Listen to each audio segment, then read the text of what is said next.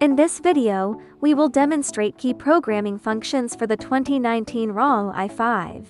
Tools required: Keymaster G3, main cable, 2 keys, original and new.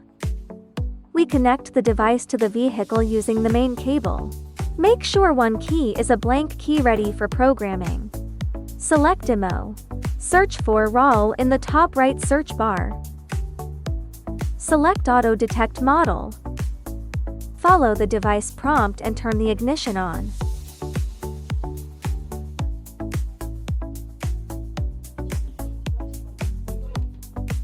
Tap OK. Confirm the vehicle model, tap Yes. Select Proximity. Let's read the number of the current keys. It showed as 1.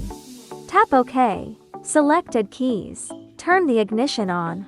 Next, place the key to be programmed in the key sensing area. Tap Yes. Confirm the VIN code.